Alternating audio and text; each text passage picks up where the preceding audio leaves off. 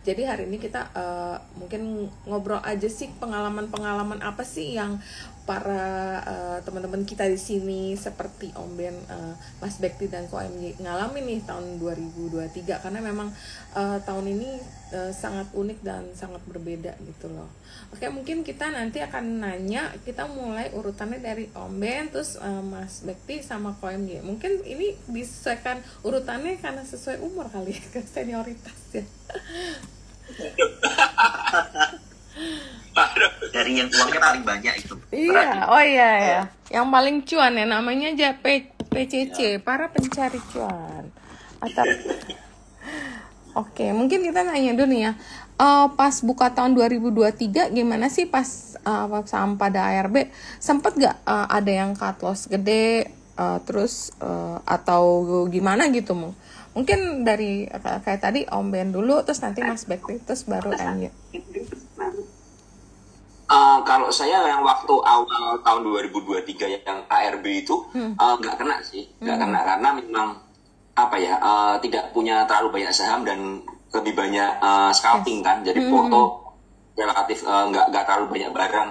Sempat ada bukan berarti nggak loss ya, sempat ada cut loss, cuman nggak sampai loss gede. Jadi begitu udah nggak enak ya udah langsung cepet-cepet keluar aja. Beberapa saham yang memang dari harga bawah, jadi ya yang harga bawah saya biarin aja, tapi cuman ya memang mengurangi floating profit, cuman ya at least nggak sampai berdarah-darah banget sih yang 2023 itu. Begitu kalau saya. Oke, kalau Mas Bekti gimana Mas? Bisa sharing nggak ada sampai? Ya sebenarnya 2023 ini menurut saya pribadi agak berat dibanding tahun-tahun sebelumnya ya. Tetapi kalau ditanya masalah cut loss pengalaman pribadi ya cut loss tetap ada, tetapi ujung-ujungnya tetap masih bisa kok cari cuan. Yang jelas kalau kita itu mau trading, apalagi kalau kita itu mau scalping, itu tentunya jangan sampai nyimpen yang banyak-banyak, karena pusing sendiri nanti kalau posisinya kita nyimpen terlalu banyak jenis saham.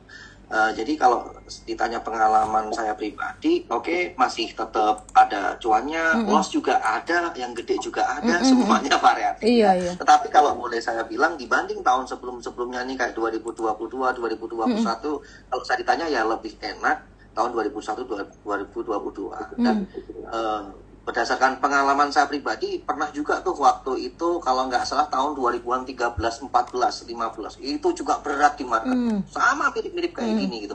Tapi kalau dulu sih menurutku karena mungkin waktu itu ARB-nya masih 25%, 35% ya, jadi kayak rentang jaraknya itu masih bisa lama, kita masih bisa cari cuan nih. Katakan saham udah turun 25%, kita masih bisa buy, naik dikit bisa dijual, panjang jaraknya gitu. Nah, tapi kalau dibandingkan tetap yang namanya sebuah siklus itu kan seperti kayak musim buah, ada masanya rame, ada masanya sepi. Dan ini memang dinamika market yang memang seperti ini, nggak mungkin cuan terus, nggak mungkin loss terus juga, nggak mungkin gitu. Iya benar sih. Kalau MY gimana MY? Sharing dong pengalaman. Awal 2023 ya Ci, aku sempat shock gitu karena topikku itu big banks gitu, perbankan yang gede. Nah, event 2023 begitu awal open tuh gila, BRI turunnya sampai 5.000 ke 4.400 itu 6.000 poin, hampir 10% gitu. Ku yang awalnya bullish pun sempat goyah kayak, wow ini kayaknya gue salah banget gitu. Desember akhir gue bilang bullish di big bank, habis itu awal open Januari hanya sekitar 2 minggu itu BRI koreksi hampir 10% gitu, aku jadi goyah sih. Nah cuman syukurnya kayak yang aku percaya tuh IHSG ini kan sebenarnya nggak bisa di short ya, nggak bisa dijual gitu. Hanya bisa dibeli sebenarnya. Jadi indeks kita bakal selalu naik, dan to be honest kayak sekarang kayak di tahun 2021, 2022 kayak ada gadang-gadang kalau tech company bakal menggantiin weighting kita. Tapi ternyata ya kinerja dari performa emiten-emiten tech itu makin turun. Jadi saya kayak aku masih melihat bahwa IHSG bakal masih konvensional, enggak ngikutin Nasdaq, enggak ngikutin Dow Jones. Nah, so kita aku masih merasa kayak market itu masih oke, cuma memang betul kalau dibanding dengan 2020, 2021, 2022. Nah, ini saat 2023 ini memang lagi susah-susah banget. Tapi susah-susahnya ini kan ini baru setengah tahun begini ya. Nah, kalau kita bicara apakah bakal begini terus? Oh enggak, saya yakin kayak Ya kita udah ngalamin lah, apalagi cerita jauh lebih senior kayak dari susah banget, enak banget, biasa aja itu selalu pasang surut. That's why yang aku mau sampaikan kayak kalau seandainya kita bisa nerima kalau market itu berubah, keadaan itu selalu berubah, kita nggak akan pesimis. Yang penting stay positif ya. Ya, betul. Sama stay di market terus kali, jadi ngikutin terus perubahannya. Oke, terus kalau sekarang nih, kalau tadi kita ngomongin pas saham ARB kan ada yang loss gak? Nah, sekarang kita nanya, kalau cuan gede tahun ini di saham apa nih kira-kira? Mungkin dari Om Ben dulu nih, cuan gede nih saham apa nih? Kayaknya banyak nih. Kalau cuan gede lebih banyak saya di saham IPO, ya di saham-saham IPO. Jadi kan karena market sekarang kan apa ya, volatilitasnya kecil, kemudian likuiditasnya juga berkurang. Cuman IPO baru kan seperti yang terakhir yang cuan ya, saham cuan itu paling gede sih. Saham cuan itu kan waktu awal lumayan, likuiditasnya lumayan, terus volatilitasnya juga lumayan, kemudian juga arah terus karena itu yang nyumbang gain porto terbesar saya di situ. Jadi saham-saham IPO seperti ya kemarin ada Awan, ada RAM seperti itu.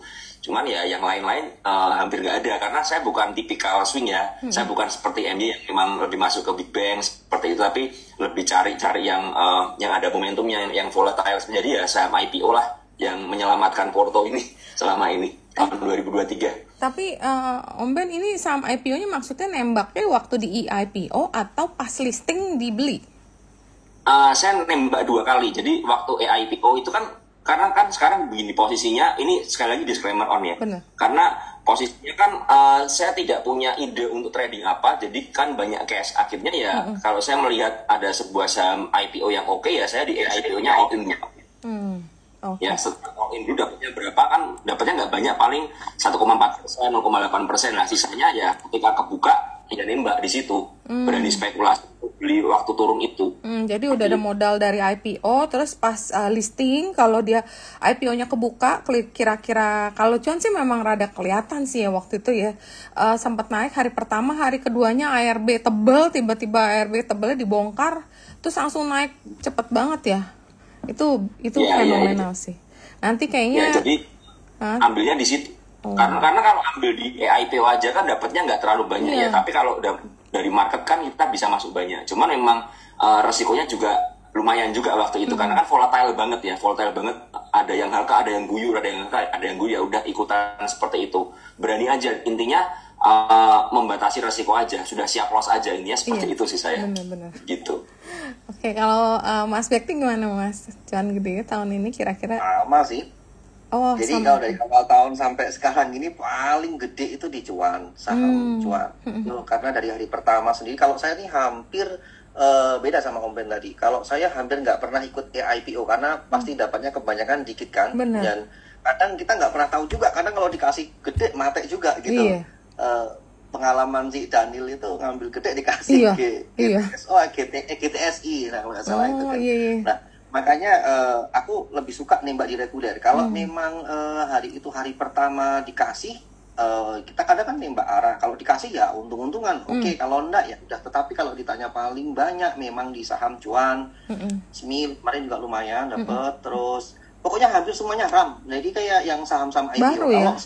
Kalau untuk yang scalping, aku jujur deh mendingan angkat tangan. Benar. Serba salah. Iya. Kalau tidak salah kan naik, ya kan? Iya. Begitu dibeli, dikeprek turun. Iya. Semakin dilawak, semakin ditimpuk lagi. Jadi udahlah, balikin lagi gitu. Benar. So I'm not alone ya. Jadi aku nggak berasa nih sendiri nih. Karena kemarin sama sih, kita semua sama. Iya. Karena kemarin begitu kliennya komplain, gimana? Lah saya juga bingung. Kalau saya nggak perform marketnya bagus ya aku yang nggak benar gitu. Lah marketnya susah begitu bacanya gimana ya? Nggak bisa dibaca jadinya. Udah uncakable. Kalau saya pribadi gini Cik, kalau saya pribadi mengedepankan sebuah prinsip, yaitu namanya keamanan asetku itu lebih utama daripada mengejar profit. Makanya kalau memang tidak mendukung ya Diem. itu seperti idenya Om jalan-jalan murah, mending jalan-jalan itu lebih baik. Jalan-jalan aja gitu. Benar. Iya, karena keberhasilan seorang trading itu bukan hanya sekedar sering di depan monitor, semakin sering trading enggak, tapi kapan tahu kita harus mencukupkan diri.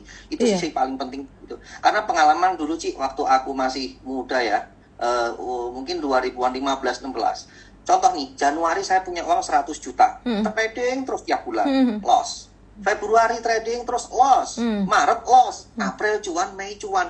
Mei ini masih juga duitku 100 juta, jadi cuma 5 bulan cuma gotong royong, jadi nggak ada perform gitu loh. Nah, daripada seperti itu, kadang kalau memang sudah, kalau kita tuh kok ternyata trading agak loss, atau mungkin marketnya benar-benar kita susah trading berkali-kali kok kita nggak dapet cuan, udah deh, mending menyingkir dulu. Bener-bener, setuju sih. Aku sih juga kalau lagi marketnya susah, lagi kita nggak bisa baca, confidence kita low, ya udah kita antara dikecilin mainnya atau nggak kita istirahat, kita diam dulu, mainnya sekali-sekali doang, ya kan? Daripada kita paksain, nanti ujung-ujungnya banyakan cut loss-nya, nanti porto kita makin kurus, giliran nanti marketnya bagus, power kita udah jauh berkurang. Nah, bener banget sih, bener banget. Iya. Nah, kalau KOM-nya gimana nih pengalaman yang paling cuan? Apakah masih di blue chip atau termasuk barang-barang IPO baru-baru juga nih kelihatannya? Nah, gini Ci, aku track back ya. Jadi sebelum live ini tadi aku coba track back aku punya porto. Kalau aku bicara persentase cuan ya, itu paling gede aku memang dari blue chip. Aku sampai saat ini masih punya BRI, aku juga punya Astra. Tapi kalau dibanding dengan jumlah porto Ci, itu boleh dikatakan let's say agak mengecewakan ya. Mungkin itu hanya sekitar nggak sampai 30%, hampir lah 30% dari porto. 70% portoku ya aku to be honest tuh kayak aku lagi lebih ngikutin ritme dari apa yang ada di market, yaitu kayak ngikut-ngikut sama IPO, ngikut-ngikut saham-saham kecil yang setelah aku coba analisain. Jadi teman-teman tuh harus bisa bedakan antara investing dengan scalping, itu literally dua hal yang benar-benar berbeda. Kayak kalau kita scalping itu kita nggak peduli namanya makroekonomi, itu kita nggak peduli namanya rasio-rasio keuangan, yang kita benar-benar lihat itu kayak supply dan demand di market lagi rame nggak, market lagi oke nggak, permintaan oke nggak. Nah, itu yang benar-benar harus dibedain. Nah, yang paling sering miskonsepsi itu di sini. Jadi kita sebelum live tuh cerita kalau banyak yang ngeluh kalau nggak bisa banyak ini follower tuh yang ngerasa kayak mereka tuh masih nggak bisa terima kalau market seperti ini. Nah, kita yang udah cukup lama di market tuh kita tahu kalau memang kondisi-kondisi seperti ini selalu ada di market, dan justru kondisi-kondisi seperti inilah yang ngelatih kita untuk menahan emosi kita, menahan mental kita. Kayak yang tadi Mas Bekti bilang, kalau lagi kayak begini, kalau seandainya kita bisa save duit kita itu jauh lebih bagus dibanding dimasukin trading. Nah, makanya kayak ya kalau memang harus istirahat ya istirahat aja, lakuin kerjaan yang lain gitu, tradingnya sedikit-sedikit atau pakai dana yang sedikit-sedikit gitu. Aku sendiri, to be honest, aku sendiri bullish di big banks. BRI all time high, BCA mendekati all time high, tapi aku sendiri nggak full porsi di situ. Kenapa? Karena too much information yang datang, too much fear, mulai dari kasus SVB, kasus Credit Suisse, kasus Signature Bank, itu ngebuat aku sendiri kurangin porsi, tahu-tahu all time high. Nah, ini market lucunya gitu. Terus all time kita high ngomong apa tapi portonya beda gitu sih. Inilah happen yang sering kejadian gitu. Iya, nah ini kan memang kita nggak, maksudnya kan banyak orang yang kayak oh cuan gede, tapi bener nggak gitu, sedangkan kondisi marketnya kelihatannya nggak segampang sebelumnya. Kan banyak nih orang yang kalau menurut aku, kalau yang orang bilang tahun ini dia cuan gede, ya mungkin ada yang sebagian benar. Tapi ada sebagian yang aku yakin nih bener nih cuan, perasaan kayak kiri kanan yang mau yang kelasnya fund manager aja pada pusing ya, apalagi yang kecil nih kayaknya aku rada nggak yakin kalau misalnya mereka bilang cuan gede. Ya kalau cuan ya mungkin bisa, kalau yang scalping, yang beli nembak di IPO gede, karena kemarin aku sempat ketemu pelaku market juga kayak kita gini, aku tanya pada beli apa nih? Oh nggak ada, nggak pegang, aku cuma nembak di IPO. Jadi IPO itu dia nembaknya gede, misalnya dia punya duit berapa semua dimasukin sana. Jadi spekulasinya cukup tinggi ya, kalau dapat barang yang bagus sih ya enak naiknya. Kalau begitu buka langsung ARB itu kusut juga tuh. Satu race dapat barang banyak, kedua race juga barangnya ternyata nggak ada yang jagain, langsung turun berjilid juga pusing tuh kayak gitu. Oke, terus mungkin ya, terus ada mau nambahin lagi? Kalau enggak kita coba nanya ya. Oke, dari aku udah. Ya. Nah terus pernah nggak pas kita masuk gede, kita udah yakin banget bahwa nih regional nih udah bullish nih, kelihatannya Fed akan pivot, jadi kita harus HK, technicalnya udah cakep semuanya ya. Terus tiba-tiba regionalnya berubah, data yang dikeluarin berubah, jelek banget, sehingga membuat Fed itu mempunyai pemikiran bahwa nggak bisa pivot dulu tahun ini.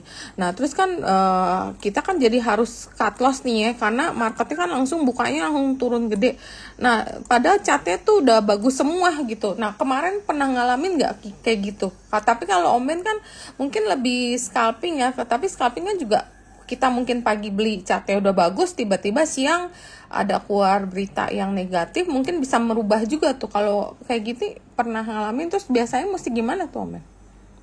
Saya pernah tuh kemarin waktu breeze, saya kena di breeze itu waktu dibanting sampai 1.300-an. Di bawah 1.000. Itu kan pernah ya, dari 1.600-an udah cakep tuh. Pernah. Akumnya oke ya kan. Sudah bagus, chartnya sudah bagus, tiba-tiba dibanting dalam banget. Benar. Ya itu kena saya. Jadi saya waktu itu udah mantap tuh waktu itu. Wah yakin lah ini masuk agak gedean nih. Wah begitu masuk agak gedean dibanting ke bawah, akhirnya ya karena saya melihat bukan berarti barangnya ini jelek, enggak, tapi karena porsi saya masuknya kegedean ya harus cut. Nah itu cutnya lumayan itu waktu itu, harus cut dulu untuk ambil di bawah lagi. Terus kan dari 1.500 itu kan kayak udah kayak saham gorengan tuh breeze waktu itu, yang waktu liar banget kan, siksa banget kan. Nah itu ya udah, akhirnya ya udah cut ya, ketika mau naik lagi ya baru masuk lagi. Cuman waktu itu memang kalau ditanya ini loss gedenya di mana, saya malah di breeze ya, saya malah di breeze. Kalau di saham IPO nggak terlalu, misalnya ada cut ya cut. Kalau saham-saham gorengan atau scalping kan ya udah paham resiko. Cuman yang di breeze ini memang kemarin udah mantap banget, udah mantap. Terus tiba-tiba semua berubah. Nggak ada distribusi sebenarnya, saya lihat nggak ada distribusi. Cuman ya karena saya nggak kan harus bisa mengatur porto kan. Ini portonya kalau tak diemin kan nggak kuat saya nanti tahanannya. Akhirnya ya udah saya keluar dulu, lalu masuk lagi. Cuman ya sebenarnya belum ke recover untuk breeze-nya ya. Cuman ya bisa diganti dengan saham lain seperti itu kalau saya. Jadi intinya bukan ketika saya memutuskan keluar, waktu itu saya bilang sama teman-teman di BPC juga, saya keluar gara-gara saya salah posisi, dalam arti mungkin saya terlalu agresif di awal ya, jadi sehingga misalnya saya mengalokasikan, misalnya anggap aja misalnya 100 juta ya, saya udah masuk 90 juta misalnya seperti itu, jadi saya nggak punya power lagi untuk averaging down. Nah makanya dari situ ya udah saya mending keluar dulu untuk benerin psikologis juga kan, kemudian saya lagi. Jadi kalau saya seperti itu. Oke. Kalau Mas Bekti gimana Mas, pengalaman yang kayak begini nih, yang di luar ekspektasi, kita udah expect cakep nih bakalan cuan gede, tiba-tiba jong. Ya, Goto. Oh iya. Jadi kita Goto itu kan paling gede volumenya, maksudnya enak tuh kalau kita mau masuk dengan duit yang agak gedean enak. Tetapi kadang ya seperti itu, terlalu banyak tarikan kanan kirinya. Kadang aku juga mikir udah.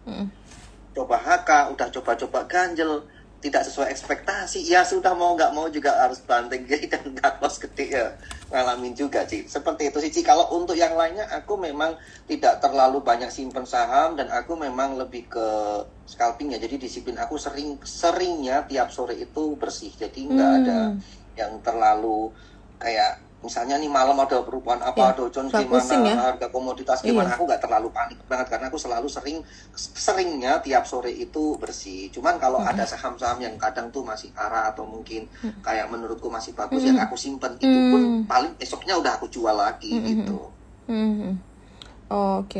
Jadi biasa kalau misalnya yakin bagus, kalau belinya sore berarti cuma nyimpen 1 hari gitu ya Mas Bekti, jarang disimpan 2 hari gitu, 3 hari? Jarang. Aku paling ya 2 hari mungkin ada sih. Misalnya nih kayak cuan, waktu itu kan arah berjilid-jilid berhari-hari, tapi kan tiap hari ada transaksi nggak yang arah lock gitu ya. Itu ya tetap aku jual dulu, walaupun sorenya kok agak udah mau arah, aku kadang sikat lagi, dah ambil barang lagi gitu. Jadi tiap hari selalu punya barang gitu. Oke. Nah kalau MU gimana nih yang kayak tadi tuh, yang tiba-tiba di luar ekspektasi terus berubah? Ya banyak ya Ci, kayaknya belakangan yang kayak foreign akumnya bagus tapi masih jatuh. Contohnya kayak kemarin tuh Akra aku kena Ci. aku spare akra tuh jauh gitu. Jadi aku beli average di atas, average lagi di bawah, average lagi di bawah, ujung-ujung loss. Wah, itu agak sakit karena itu nutupin loss profit yang udah aku ambil dari saham-saham sebelumnya. Kayak Breeze aku sempat dapat, BRI sempat dapat, lalu kayak saham-saham Colbert sempat dapat juga, tapi ujung-ujung kena loss lumayan dalam di akra. Nah, akhirnya yang aku temuin tuh kayak kalau seandainya kita masuk dana gede, menurutku siapapun itu pasti psikologisnya rusak kalau kita nggak bisa kendaliin harganya. Iya. Jadi kayak gue punya 1M, terus gue masuknya 1M dan gue nggak bisa kendaliin harganya gitu.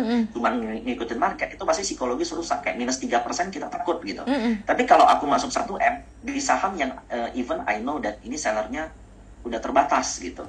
Ini demand-nya nih masih kenceng gitu. Jadi even minus 5% dengan uang 1M pun aku tenang. Dan itu yang aku temuin kayak di kiri kanan siapapun pasti punya psikologi sama mental yang sama. Jadi kayak kalau saatnya kita masuk dalam porsi gede dan kita bisa kontrol buyernya dan dana kita bisa nahan seller-sellernya, nah itu kita bakal jauh lebih confident. Jadi makanya kayak aku sih belum pernah ya kayak all in di satu emiten blue chip contohnya, dan itu kayak habis itu dibiarin flow jalan terus tuh belum pernah. Dan soalnya kayak kalaupun kita dapat rally 20%, ya mungkin itu 20% atau 30% dari porto doang. Nah, sisanya masih pecah di tempat-tempat yang lain. Iya.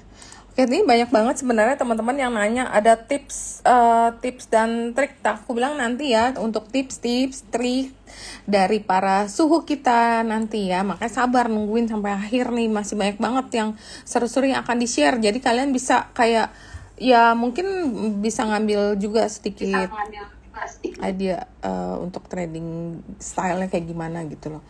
Nah, terus ini yang biasa mungkin paling banyak orang nanya. Biasa kalian itu trading pakai apa? Pakai chart, pakai news, pakai info, atau pakai feeling? Mungkin kayak biasa Om Ben dulu silakan. Saya dulu itu punya pengalaman kalau ngomong info dan news ya. Tahun lalu itu saya itu mengalami loss terbesar saya gara-gara info dan news. Jadi bukan berarti saya mengabaikan info dan news ya, tapi dari situ saya belajar bahwa kalau kita dapat info, kita dapat news ya, kita nggak boleh berpatokan kepada news dan info itu 100%. Karena kan saya pernah bilang ya, info itu bisa bohong, tapi inflow nggak pernah bohong. Ya, inflow dalam situasi nggak pernah bohong. Tapi biasanya begini, dari pengalaman saya yang dulu ya, karena udah yakin nih orang ini bilang nih, si A si B ini bilang ya, orang yang punya info, yang bukan orang sembarangan ini bilang ini bakal begini. 100% tapi gara-gara kita percaya itu kita saya mengabaikan yang namanya TA, saya mengabaikan yang namanya inflow-nya, outflow-nya saya sampai mengabaikan gara-gara terlalu berfokus pada info itu. Nah, itu malah membuat loss. Dan akhirnya saya udah sadar, oke lah, saya udah kapok dengan begitu. Sekarang kalau ada info, ada news yang saya terima, saya tidak langsung menolak mentah-mentah, enggak, saya terima, tapi saya olah dengan apa? Dengan, kalau saya kan memang pakai chart ya, saya pakai chart dan saya gabungkan antara TA dengan inflow-nya itu ya, dengan foreign flow atau dengan dana big money yang masuk seperti apa. Nah, dari situ saya bisa melihat, oke lah, ketika infonya ini saya sekarang begini, infonya itu mau bener mau salah saya udah bodo amat. Tapi yang penting ketika saya melihat sebuah chart ya, sebuah saham, ada penentuan risiko di sini, saya lihat broker summary-nya dan lain sebagainya, saya analisa, saya beda satu persatu, ada average buy di sini, big player-nya. Nah, itu yang membuat saya memutuskan, oke lah, infonya begini, yang saya lihat begini, match nggak? Oke, kalau match ya udah, let's go. Aku akan berani nge-hold ya, sampai ada outflow yang besar atau ada break pattern dan lain sebagainya. Nah, itu yang saya pakai. Jadi, saya ambil semuanya ya, dari info, dari chart, nah, saya gabungkan, saya combine, kemudian saya siap nggak menerima resikonya. Kan kebanyakan dari trader kan begini ya, kalau cuan kan pasti kita semua siap ya, kalau cuan siap ya, misalnya ada info nih, saham IPOA ini bakal arah 8 kali misalnya, oke lah 8 kali langsung semua jual, apapun juga masukin, kan begitu kan biasanya teman-teman trader kan. Nah, cuma pahami resikonya, kalau seandainya nggak jadi, tapi malah ARB, nah kita siap gak dengan resiko loss-nya itu? Kalau kita udah siap ya udah nggak apa-apa. Tapi kan kebanyakan kita nggak siap. Karena kita hanya siap dengan cuannya aja. Ya, kita sampai makanya itu saya bilang dari info itu saya langsung udah mikir, wah saham A ini bakal naik misalnya dari harga 100 ke 500, waduh 5 kali.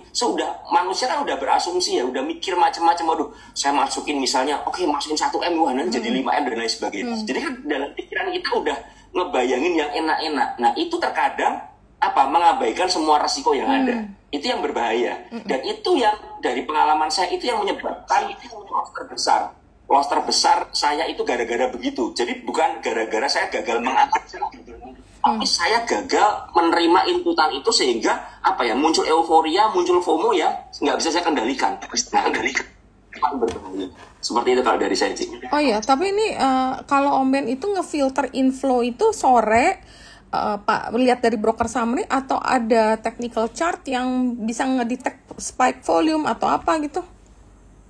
Ya, kalau biasanya kalau di jam trading kan yang kita bisa lihat adalah chart kan, nggak bisa kita lihat misalnya cuma paling chart sama lihat trade booknya dan lain sebagainya. Nah itu memang kalau melihat seperti itu kan kita masih 50-50 dalam arti karena kita kan ditutup ya, kita nggak tahu siapa yang beli siapa yang jual kan. Memang ada volume besar, tapi dari volume besar itu tuh volume jualan atau volume beli kan kadang-kadang kita agak bias kan, apalagi kalau saham-saham yang memang saham-saham besar ya, saham-saham big cap seperti itu kan memang agak susah terkadang. Nah itu yang saya lakukan ya, saya lihat dari chartnya aja.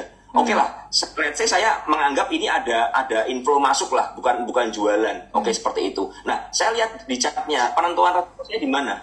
Nah, itu yang saya lihat. Nah, setelah saya memutuskan, oke, resikonya saya siap nanggung, saya masuk dulu karena lihat TA-nya, lihat volumenya seperti itu. Nah, nanti end of day-nya saya penasaran dong, hari ini yang terjadi apa. Nah, saya combine-kan, saya cek lagi di broker summary dan lain sebagainya. Oh, ternyata memang hari ini ada broker-broker besar yang ngeborong, broker retailnya ternyata jualan. Nah, ini kan membuat saya, wah, oke lah, mantep lah ya.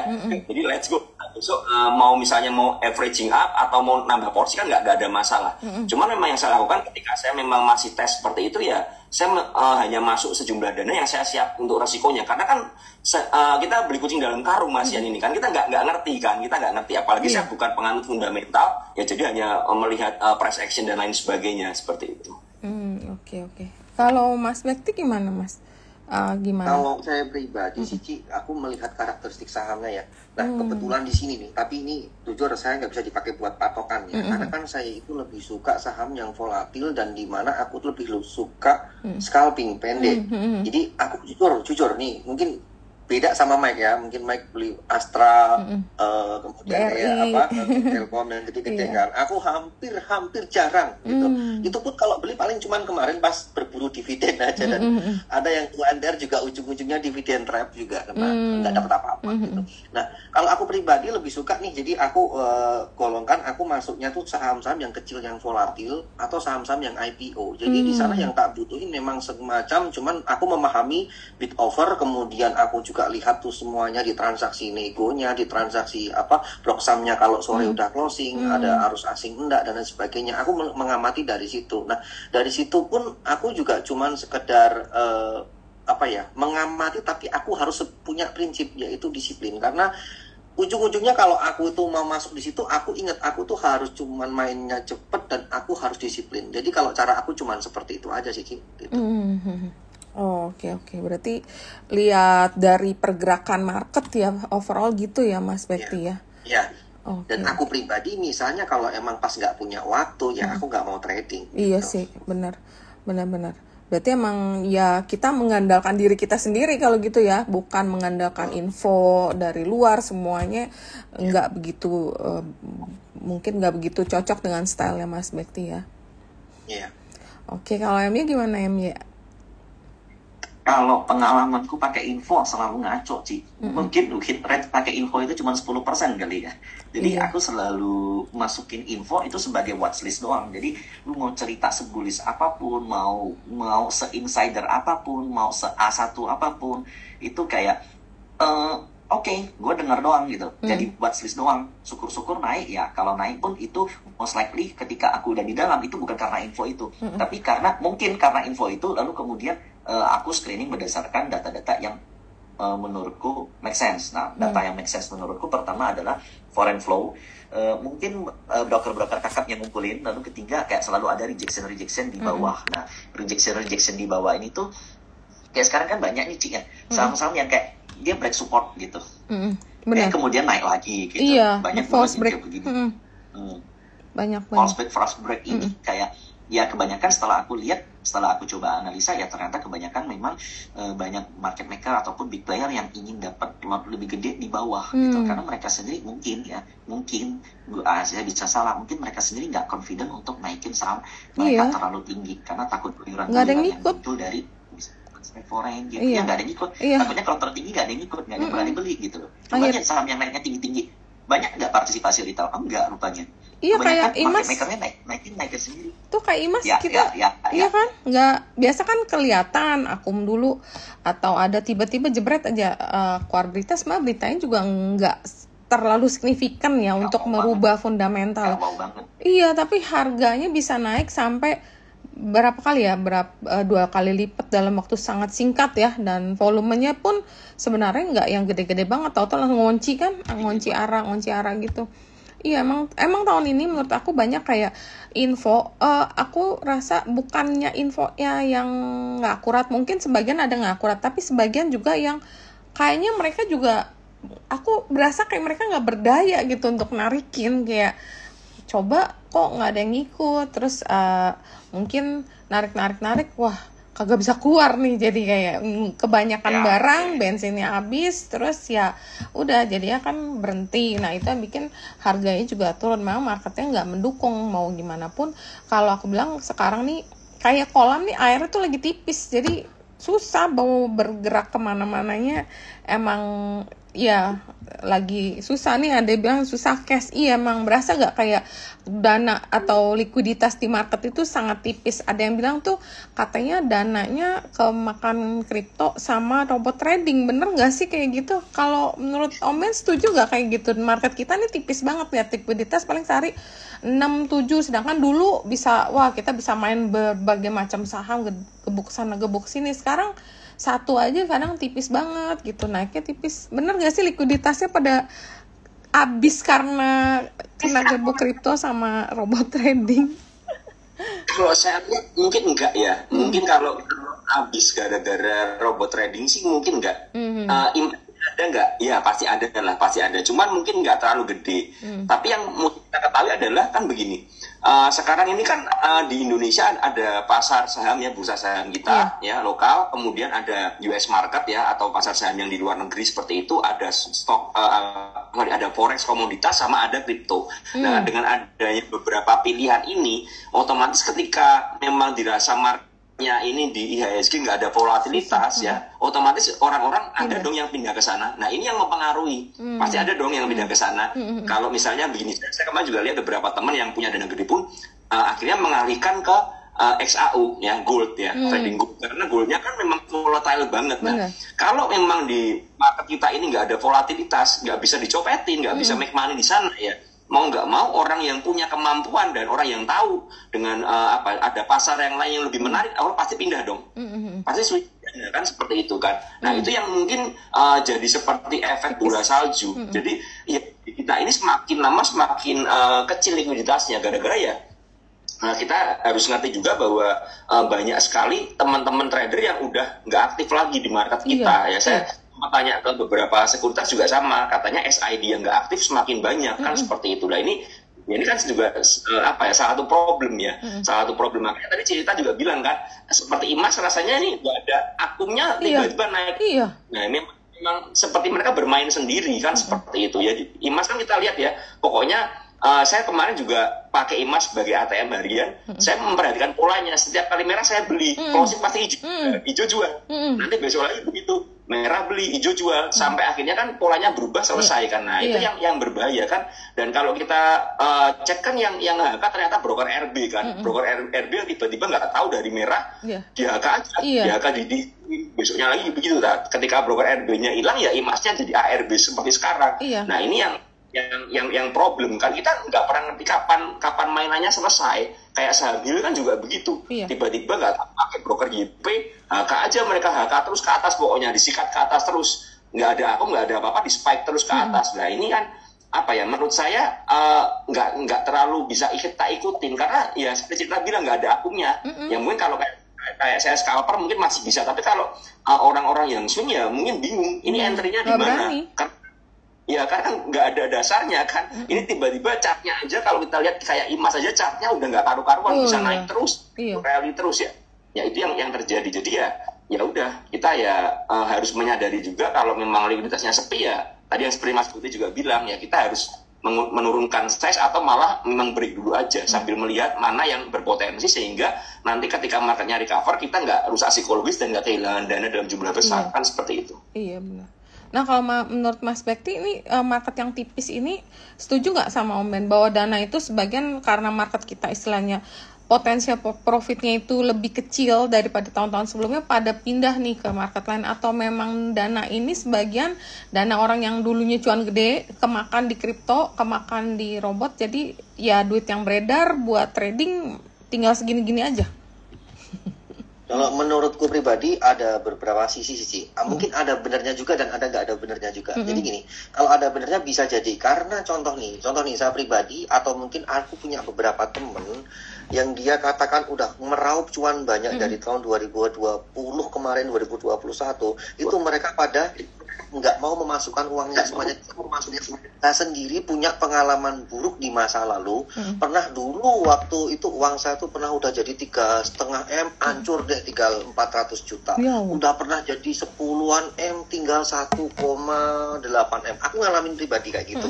Jadi berdasarkan pengalaman aku 15 tahun di market ini, ketika kemarin itu udah dapat cuan gede, aku nggak mau semuanya duit masukin di saham. Pasti pengennya kita cari aman dulu. Makanya aku sempat tanya kepada beberapa temen, dimasukin deposito, dimasukin emas, dimasukin ini macam-macam. Jadi melihat market yang sepi, mereka udah bisa belajar pengalaman dari sebelum-sebelumnya. Jadi kalau memang market sekarang sepi, menurut saya ya ada unsurnya wajar juga. Kemudian yang kedua, melihat kondisi saat ini memang tipis banget juga market ini. Kalau kita mau masuk dulu 2021 itu omset juga gila-gilaan, omset sekuritas gede banget. Sekarang tipis semua omset sekuritas gitu. Aku aja ngomset sebulan paling sekarang cuma 400 M, 500 M, kecil. Dulu bisa sampai T, sekarang jarang. Aku hampir nggak pernah nyampe T sekarang. Karena apa? Susah marketnya. Dan mungkin saya lihat di sini adalah seperti yang dibilang di awal tadi, bahwa kita melihat memang kondisi market baru kurang nyaman untuk size gede, makanya gunakan size kecil yang terukur. Dan mungkin secara globalnya aku kurang tahu apakah duit itu larinya kemana, tapi aku pesen nih kepada para teman-teman trader semuanya, kalau emang market nggak oke gini jangan sampai dipaksa. Aku udah nemuin beberapa followers yang DM saya atau mungkin teman dekat saya juga, ada yang sudah benar-benar bahasanya collapse. Karena market kayak gini dilawan terus, alhasil apa yang terjadi? Duitnya hampir habis gitu loh. Nah ini dia akhirnya dia langsung kapok, langsung menyalahkan si A, si B, si C. Nah ini aku yang nggak suka. Padahal kalau kita tuh mau mengerti market, ya memang ada siklusnya market, dinamika market, kita harus tahu posisinya kapan waktunya kita untuk benar-benar gede, kapan waktunya kita benar-benar menyingkir dulu dari market gitu. Iya benar-benar. Ini kalau giliran udah pada nyangkut nanti semuanya disalahin. Ada aja, kayak kadang kita bercanda aja dibilang ngejek, padahal kita bercanda gitu loh, disalahin juga. Iya, terus kalau MJ gimana? Apa market dana ini tipis nih kemana ya larinya? Benar nggak? Tapi ya make sense juga sih. Kalau menurutku bukan karena kripto ya Ci ya, justru berdasarkan historical ya. Biasanya mungkin di dalam waktu jangka pendek ya, kripto dengan saham itu bisa berbalik arah gitu. Tapi di dalam jangka waktu middle, kripto dan saham itu pergerakannya selalu searah. Benar. Jadi kalau kripto naik, ya dalam waktu jangka menengah itu saham juga ikut naik. Begitu juga kebalikannya. Nah, saat ini kan kita tahu bahwa ada hilangnya kepercayaan terhadap mata uang pemerintah. Karena apa yang terjadi di Eropa, apa yang terjadi di Amerika itu membuat dana masyarakat kebanyakan pindah ke kripto. Kripto pun rebound. Nah, jadi kalau menurutku dalam jangka waktu menengah, sepinya market ini bukan dikarenakan kripto, tapi memang kalau kita lihat kayak industri pariwisata kita yang naiknya luar biasa, GDP kita yang naik 5,3% terakhir kemudian kita lihat konser-konser gila-gilaan semuanya selalu sold out. Ya, this is happen. Money come back to real life, money come back to real business, money kembali lagi seperti zaman sebelum COVID. Dan apakah ini sepi artinya kita turun? Enggak, justru berdasarkan data historikal kita masih di atas sedikit dari sebelum 2020. Jadi sebenarnya memang ada peningkatan, cuma di 2020 naiknya kekencangan. Nah, ini lagi proses normalisasi lagi nih, dan kita semua, saya yakin Ben, Mas Bekti, Cik Rita, itu kita semua sepakat kalau kayak momen-momen sepi seperti ini juga nggak akan lasting forever. Akan ada someday di mana ada trigger lagi yang bisa membuat market itu kembali bergairah lagi, volume oke lagi, dan retail masih semangat lagi. Dan saya setuju banget sama Mas Bekti sama Ben. Kalau saya gini, ini agak sedikit pilu nih, Cik. Salah satu saya itu bahkan kayak saat ini tuh kesusahan di market. Bahkan ada kepikiran untuk pensiun senior saya loh, Cik. Karena ya ternyata market yang dia coba lawan, dia confident seperti biasa, ternyata berbalik arah. Dia nggak bisa keluar dulu kayak market ujung-ujungnya kayak equity-nya tergerus. Dan itu senior saya, kan. Jadi ya itu ngebuat saya kayak, wow, market ini memang permainan psikologis dan mental itu penting sekali. Iya. Terus senior kamu berarti orang yang udah lama banget di market juga? Jauh lebih lama dari saya, Ci. Dan berarti pengalaman kerjanya juga udah sampai tinggi dari saya. Ya. Nah itu gimana kalau jadi teman-teman kalau misalnya yang baru di market, yang retail, berarti ya kalau kalian merasa banyak kalah bukan kalian lagi bau, emang marketnya lagi susah. Kan kita kadang berasa gitu ya. Kalau lagi kalah, aduh gue kayaknya bau deh setiap kali gue beli ini turun. Padahal gue merasa gitu sih. Jadi kayak ini tangan gue lagi busuk nih, atau mata gue lagi bau nih, lihat apapun gagal gitu. Gue merasa gitu sih. Iya, perasaan nih catnya udah break out, kenapa gue masuk langsung ARB gitu kan? Jadi ya. Tapi kalau diliatin naik, kalau dibeli turun. Iya. Emang kayaknya. Tapi aku ada kesimpulan satu, Ci. Ini cukup penting menurut aku. Uang 400M tuh bagi Bekti itu kecil. Karena dia bilang 400M itu kecil. Itu kesimpulan penting tuh, Ci. Itu omset, bukan uang. Aduh, omset 400M gede ya. Kalau buat sales ya lumayan banget ya. Lumayan lah, Ci. Gede banget. Oh ya, mungkin oke, sekarang kita balik lagi kan, kalian berarti nggak selalu pakai news. Nah, kadang pastinya nih kelihatannya sama, banyakan pakai chat dong kalau gitu, karena itu yang ngebantu kita di jam trading. Di only way cuma chat, karena broker summary kan udah dihapus, udah nggak bisa kita lihat nih. Dulu kita masih ngebedah, oh broker ini broker scalper, ini broker serius asing, kita ngikut yang real asing. Kalau scalper berarti kita mesti in out cepet. Nah, sekarang kan udah nggak bisa nih, berarti pakai chat doang. Nah, kalau pakai chart, kalian tuh biasanya pakai apa sih indikator? Pakai indikator, pakai chart pattern, atau pakai apa sih? Mungkin Om Ben bisa share ke teman-teman nih. Kalau saya itu saya pakai chartnya TA-nya simple TA aja, karena kan saya hanya melihat area supply dan demand-nya aja. Ya, supply dan demand-nya itu yang pertama. Di mana area-area support yang menjadi batasan saya, ya. Jadi saya akan mencari area support terkuatnya di mana terjadi rejection di beberapa harga itu. Semakin banyak rejectionnya kan berarti supportnya semakin kuat. Nah, saya lihat di situ. Nah, misalnya seperti ini. Sekarang harga, let's say di harga 1.200, ya. Saya melihat di area 1.050 itu ada rejection berulang di sana. Jadi kalau mau 1.050 sebelum membal berarti kan saya bisa memutuskan itu area support kuatnya. Nah, sekarang harga 1.200 nih, berarti ada range yang cukup lebar dong, dari 1.000 sampai 1.050 ya. Nah, kemudian dari situ saya menentukan kalau saya mau entry berarti dan ini memang untuk main agak swing ya, berarti saya harus memperhatikan itu jedanya yang cukup lebar itu. Itu kalau mau swing. Kalau mau scalping saya biasanya bedanya di chart menitan intraday ya. Saya lihat di 5 menit atau 3 menit seperti itu, di mana area yang sama, area rejection-nya. Misal gorengan yang kecil ya, yang di bawah 500 misalnya di harga 190 tuh ada beberapa kali pengujian dan berhasil bertahan. Sekarang harganya 195 dan kemudian sideways ya. Nah, ini biasanya saya memutuskan karena harganya udah sideways, gak terlalu volatile, berarti saya bisa entry bertahap di area 195 sampai 190 tanpa resikonya besar. Karena ketika gorengan lagi volatile, kita susah melihat di mana pembatasannya, ya kan?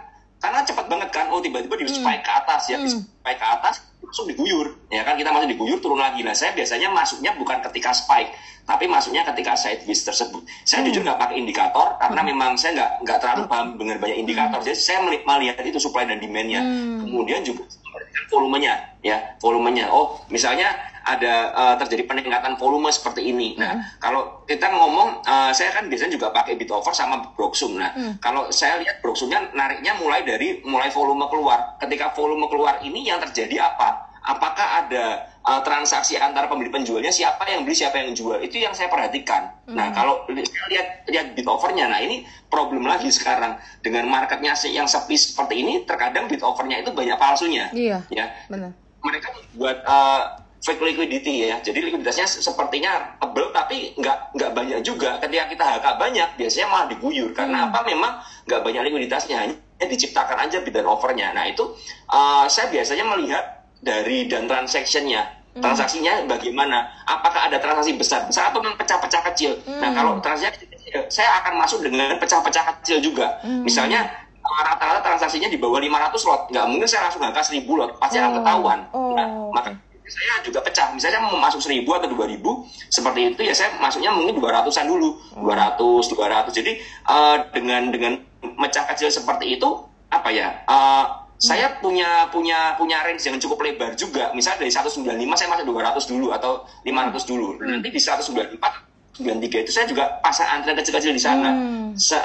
Kalau diguyur dulu kemudian rebound kan biasanya seperti itu kan. Jadi dia diam kemudian diguyur baru rebound. Yang terjadi kan di market sekarang seperti itu. Jadi itu yang saya pakai. Jadi saya menggabungkan antara TA seperti itu, baik intraday baik daily, dan saya menggabungkan antara saya melihat dulu likuiditasnya seperti apa dari bid offernya, dari transaction-nya. Itu yang saya pakai. Ya, jadi itu cara saya. Jadi saya menggabungkan antara TA dengan bid offer seperti itu, Cik.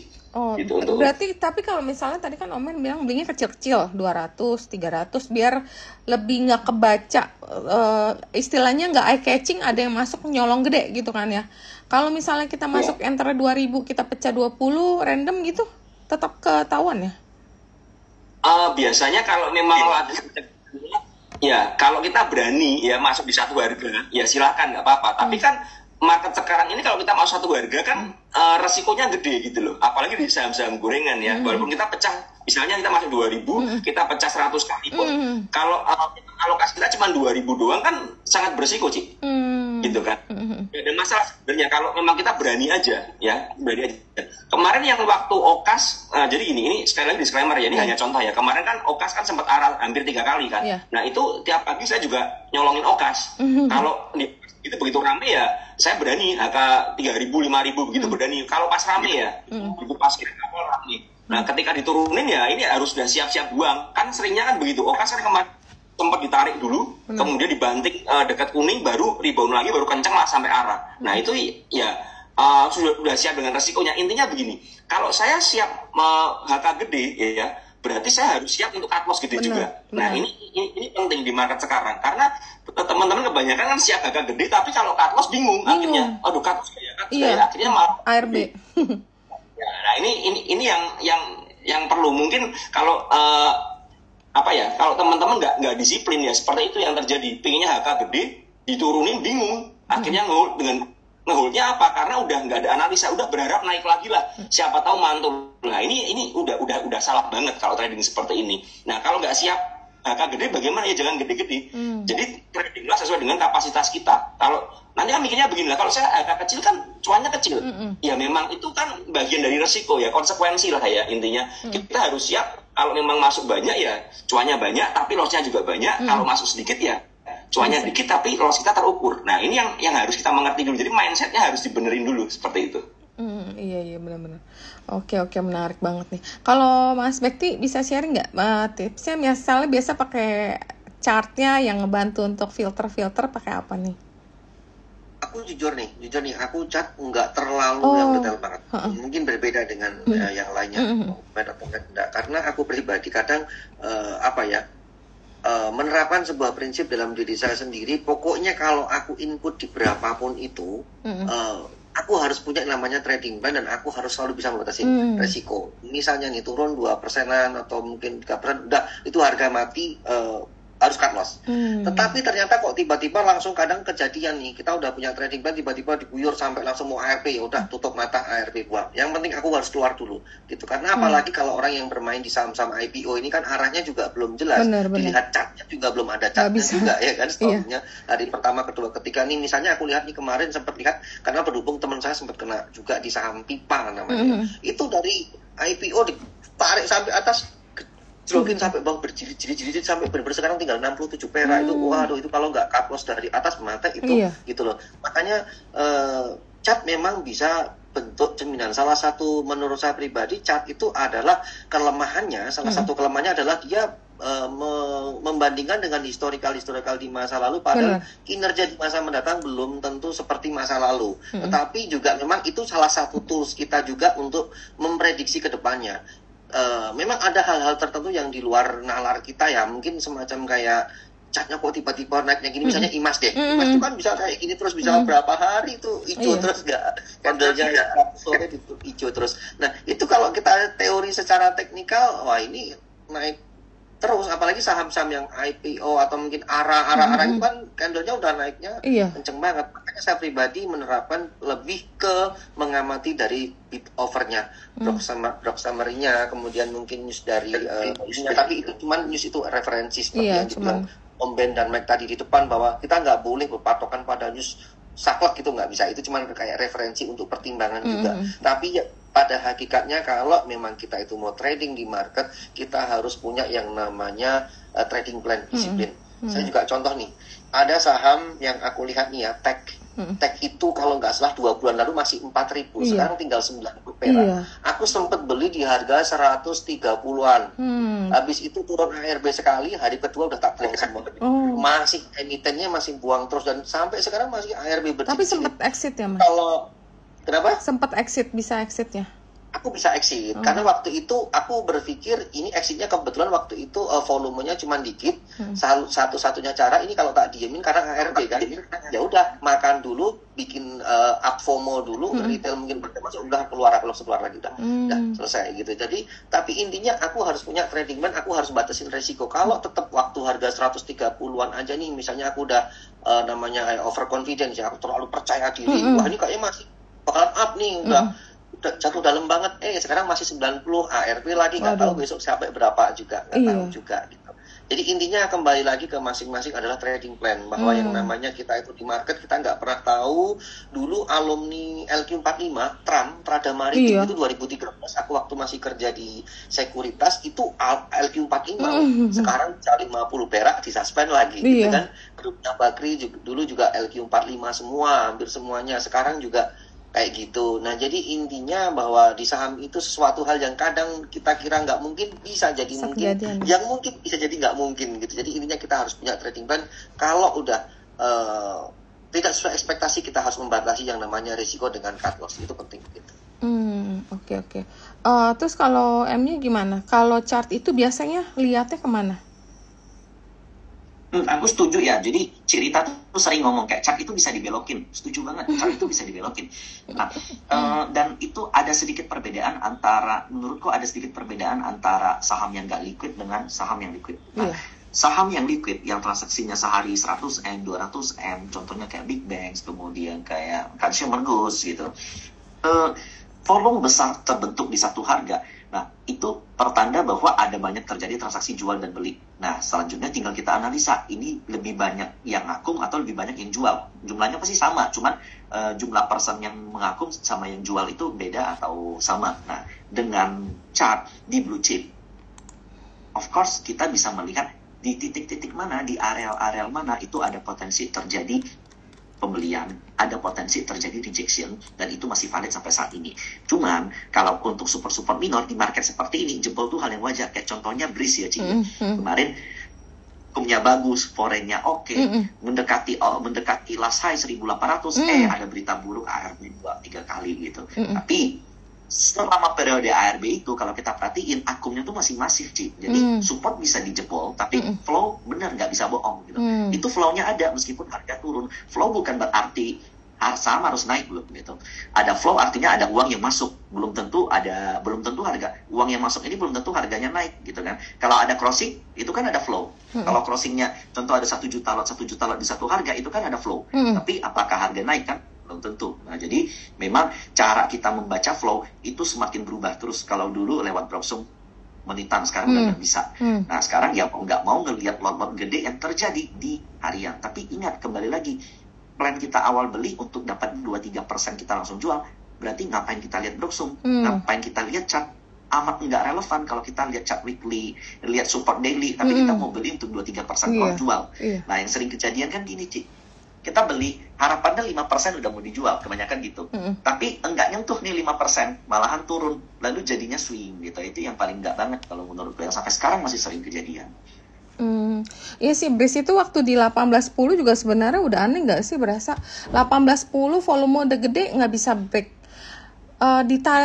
Iya, berkali-kali sampai akhirnya aku capek, aku bilang nih 18.10 nggak tembus-tembus, tapi tutupnya sih 18.10 ya.